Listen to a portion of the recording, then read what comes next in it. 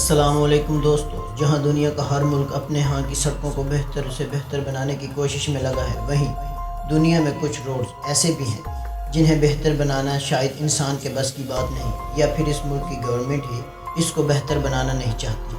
یہی وجہ ہے کہ یہ روڈز دنیا بھر میں خطرناک روڈز کی لسٹ میں شامل ہیں، اور آج ہم بات کریں گے دنیا کے ایسے ہی ٹاپ 7 ڈینجرس روڈز کے بارے میں جنہیں دیکھ کر آپ حیران رہ جائیں گے۔ Number 7، North Yungas road Bolivia. دوستو، اسے the death road of Bolivia بھی کہا جاتا ہے۔ یہ بہت خطرناک روڈ ہے۔ اس روڈ پر اکثر بارش اور دھند رہتی ہے، جس کی وجہ سے یہ پھسلن کا شکار رہتا ہے، اور کہیں کہیں روڈ پر گرتی آبشاریں اسے اور بھی خطرناک بناتی ہیں۔ تنگ اور خطرناک ہونے کی وجہ سے یہ راستہ ہر سال تقریباً 300 لوگوں کی موت کا سبب بنتا ہے۔ اس روڈ پر آپ کو جگہ جگہ کراس کے نشان دکھائی دیں گے، جو کہ اس سڑک پر کسی حادثے کی وجہ سے اپنی جان سے ہاتھ دھو بیٹھنے والوں کی یاد میں لگائے گئے ہیں۔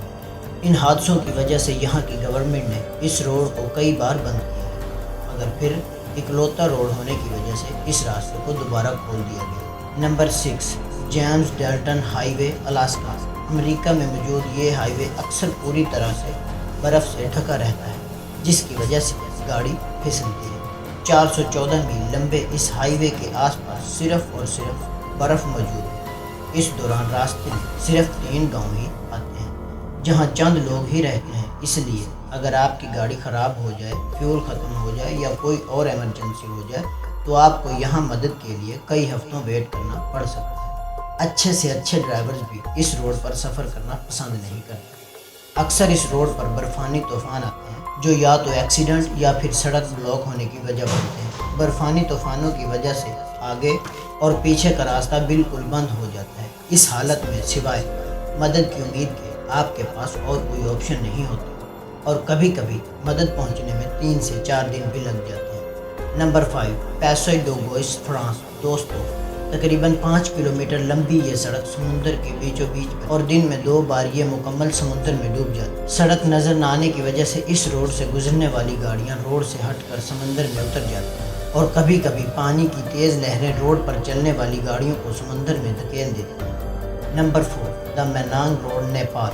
ویسے تو نیپال کے روڈ دنیا کے خطرناک روڈز مانے جاتے ہیں، مگر یہ الگ بات ہے کہ انٹرنیٹ پر موجود ویڈیوز اور ویب سائٹ میں ان کا ذکر تک نہیں کیا جاتا۔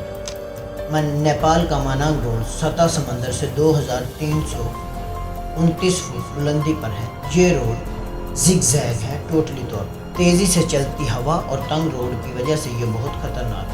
اس کے علاوہ شدید بارشوں کی وجہ سے بھی اس روڈ پر اکثر پھسلن رہتی ہے۔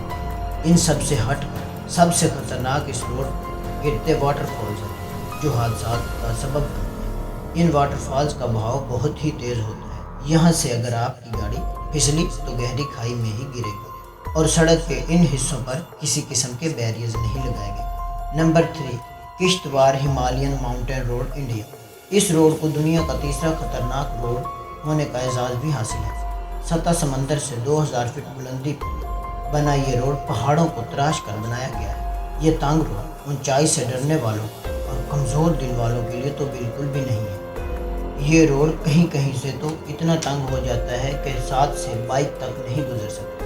کہیں کہیں پہاڑوں سے گرتی آبشاریں اور سڑک کی بری حالت اسے دنیا کا تیسرا خطرناک روڈ بناتی ہے۔